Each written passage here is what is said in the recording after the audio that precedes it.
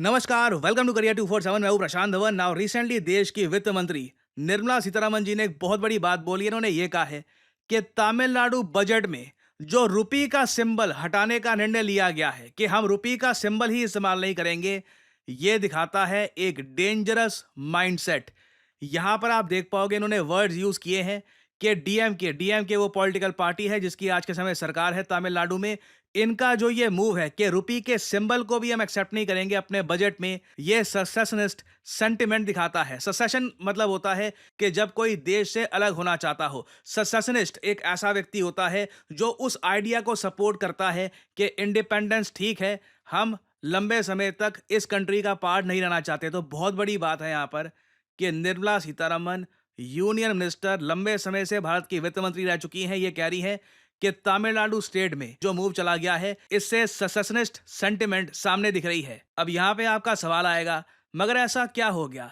तमिलनाडु का जो state budget है वहां पर ये रुपी के सिंबल को भी एक्सेप्ट करना क्यों नहीं चाहते? सब कुछ समझाता हूं इन वेरी सिंपल लैंग्वेज। देखिए, दुनिया भर में जो भी मेजर करेंसी है इनका एक सिंबल होता है। फॉर एग्जांपल इधर आप देख पाओगे डॉलर का बहुत ही फेमस सिंबल आपने कई बार देखा होगा। सिमिलरली यूरो का एक सिंबल है।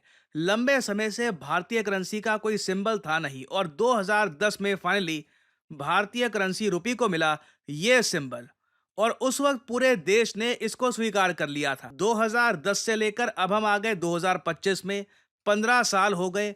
एब्सोल्युटली नो प्रॉब्लम, सब कुछ ठीक ठाक चल रहा था।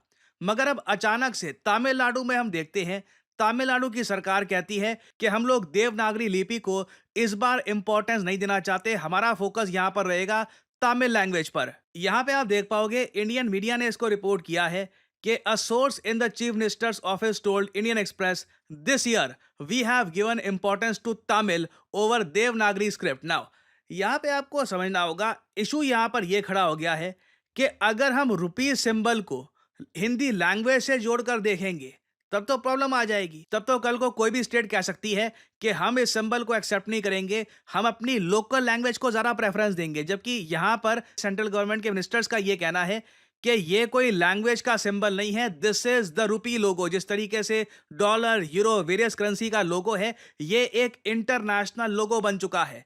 आप यूएस में जाओगे, आप रुपी की बात करोगे तो आपको यही लोगो वहां पर भी यूज करना होगा, बैंक्स में, फाइनेंशियल इंस्टीट्यूशंस में। तो अब इस रुपी लोगो को ही चेंज कर देना और यहां पर जो ये तमिल भाषा में जो अल्फाबेट है RU उसको यूज करना, ये काफी कंट्रोवर्शियल माना जा रहा है। और डर यह है कि कल को ये आइडिया ज्यादा फैल ना जाए, क्योंकि आपको पता है इंडिया एक ऐसा देश है जहां पर बहुत डाइवर्सिटी है, बहुत सारी भाषाएं हैं। हमारे देश में 22 तो ऑफिशियली रिकॉग्नाइज्ड लैंग्वेजेस हैं। फिर रीजनली आप अगर जाओ तो कई स्टेट्स हैं, उनकी खुद की रीजनल लैंग्वेजेस हैं। तो कल को मान लीजिए कर्नाटका, तेलंगाना, आंध्र प्रदेश, महाराष्ट्र, हर स्टेट ये कह दे कि जी हम अपनी यहाँ पर जो हमारी लिपि है उसके हिसाब से सिंबल यहाँ पर बनाएंगे, इससे प्रॉब्लम खड़ी हो सकती है। इससे ऑल टुगेदर जो रुपी सिंबल जो रुपी नोट पे भी प्रिंटेड है इसकी इंपॉर्टेंस कम हो सकती है। और इसलिए देश के वित्त मंत्री ने यहाँ पर ट्विटर पे जाके ये लिखा है। पहले उन्होंने तमिल भाषा में लिखी है ये बात, उसके बाद नीचे यहाँ पर इंग्लिश में ये बात लिखी है कि जो डीएमके गवर्नमेंट है इसने रिमूव कर दिया है official rupee symbol from the Tamil Nadu budget 2025-26 documents which will be presented tomorrow. अगर डीएमके को प्रॉब्लम है रुपी सिंबल से तो 2010 में इसको लेकर प्रोटेस्ट क्यों नहीं किया? क्योंकि जो ये रुपी सिंबल है, इंटरेस्टिंगली इसको डिजाइन किया है डी उदय कुमार साहब ने। ये एक फॉर्मर डीएमके एमएलए के ही बेटे हैं। जी हाँ, एक तमिलियन ने ही ये रुपी सिंबल बनाया था और पूरे देश ने उसको उस वक्त एक्सेप्ट किया था। By erasing it now the DMK is not only rejecting national symbol but also utterly disregarding the creative contribution of Tamil youth. Now आगे इन्होंने यहाँ पर यह भी ऐड किया है कि जो तमिल वर्ड है रुपई, इसकी रूट्स भी आपको संस्कृत वर्ड रुपया में मिलेगी। तो बेसिकली यहाँ पर ना इशू ये है कि जो एक लैंग्वेज को लेकर टसल चल रही है लंबे समय से कि जी तमिलनाडु में हिंदी भाषा एक्सेप्ट नहीं की जाएगी, जो तमिलनाडु में 3 लैंग्वेज फॉर्मूला है उसको लेकर काफी कंट्रोवर्सी हो गई थी। अब जो ये कंट्रोवर्सी है लैंग्वेज की, ये नेशनल सिंबल्स तक पहुंच गई है and this is very worrying. ये बात कही है भारत की वित्त मंत्री ने। और सिंस ये कंट्रोवर्सी इतनी बड़ी हो गई थी, डिजाइनर उदय धर्मलिंगम ने भी, जो जिन्होंने डिजाइन किया है ये रुपी का सिंबल, इन्होंने भी कहा कि मैं बहुत सरप्राइज्ड हूँ देखकर कि अचानक से रुपी सिंबल, जिसको 15 साल हो गए स्थापित हुए, इंटरनेशनली उसको इतना एक्सेप्ट किया जा चुका है। कभी सोचा नहीं था कि रुपी सिंबल को भी लेकर डिबेट स्टार्ट हो जाएगा। और प्रॉब्लम देखो यहाँ पर यही है, जो ये लैंग्वेज का इशू है ना, आपको बताऊंगा तमिलनाडु में आज भी नेशनल एजुकेशन पॉलिसी ये इंप्लीमेंट नहीं करी गई है 3 लैंग्वेज फॉर्मूला की वजह से। तमिलनाडु की सरकार का ये कहना है कि 3 लैंग्वेज फॉर्मूला की आड़ में तमिलनाडु में हिंदी प्रमोट करने की कोशिश की जाएगी, और ये लोग इसके बिल्कुल अगेंस्ट है। तमिलनाडु में आप अगर देखें, बहुत लंबी हिस्ट्री रही है जहां पे इनके बहुत सारे फेमस लीडर्स ने हिंदी लैंग्वेज के अगेंस्ट प्रोटेस्ट किया है। काफी बार काफी वॉयलेंट लेवल पे भी प्रोटेस्ट हो गए हैं। तो जो नेशनल एजुकेशन पॉलिसी है, वहां पे 3 लैंग्वेज फॉर्मूला में इनको जब एक आप कह लीजिए पॉसिबिलिटी भी दिखी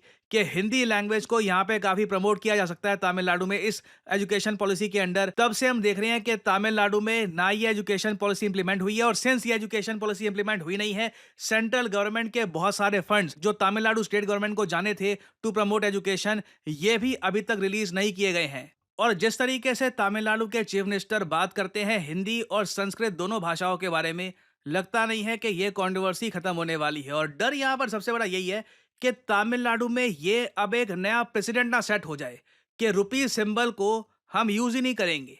that will create a big problem. इससे कल को कर्नाटका, बाकी स्टेट्स में ये प्रॉब्लम आ जाए, क्योंकि आप अगर स्टालिन के स्पीचेस भी सुनोगे ना, तो ये कहते हैं हिंदी और संस्कृत ने 25 नॉर्थ इंडियन लैंग्वेजेस को डिस्ट्रॉय कर दिया। आगे ये कहते हैं कि हिंदी मखोटा है, संस्कृत हिडन फेस है। तो clearly he does not like these 2 languages. और अब प्रॉब्लम देखो यहाँ पर यही है कि हम लैंग्वेज को लेकर जो डिबेट है, वहां पर नेशनल सिंबल्स को इंक्लूड ना करें, उनको अलग रखें। और इसमें of course politicians, chief ministers को ये बात कैसे समझाई जाए, this will be very difficult. और लग रहा है कि ये कंट्रोवर्सी आने वाले समय में बढ़ने ही वाली है। और कुछ अपडेट आती है इस टॉपिक से रिगार्डिंग, तो मैं आपके लिए अपडेटेड वीडियोस लाता रहूंगा। और जहां पर देखिए इंडिया ऐसे डिबेट्स में बिजी है, हम ये देखते हैं कि एक देश जो इंडिया का नेबरिंग कंट्री है, इसने चुपचाप म्यांमार बॉर्डर पे एक बहुत बड़ा रेडार लगा दिया है, जिससे इंडियन मिसाइल्स को ये लोग ट्रैक कर पाएंगे। मतलब ये लोग भी सोच रहे होंगे कि इंडिया में, हाँ तुम लोग कर लो, पहले ये अपना डिस्कशन कर लो, डोंट माइंड मी, मैं चुपचाप यहाँ पे रेडार लगा देता हूँ। हम यहाँ पे बात कर रहे हैं पावरफुल लार्ज फेस्ड अरे रेडार के बारे में, जो रिसेंटली एक देश ने लगा दिया है नियर द म्यांमार बॉर्डर। इससे इंडियन मिसाइल्स, इवन 5000 किलोमीटर के जो हमारे मिसाइल्स हैं, अग्नि मिसाइल्स, इनको ये कंट्री ट्रैक कर पाएगा। बताइए किस कंट्री की हम यहाँ पे बात कर रहे हैं। ये है यहाँ पे आपकी ऑप्शंस: चाइना, पाकिस्तान, थाईलैंड या रशिया। कमेंट सेक्शन में करिए उत्तर।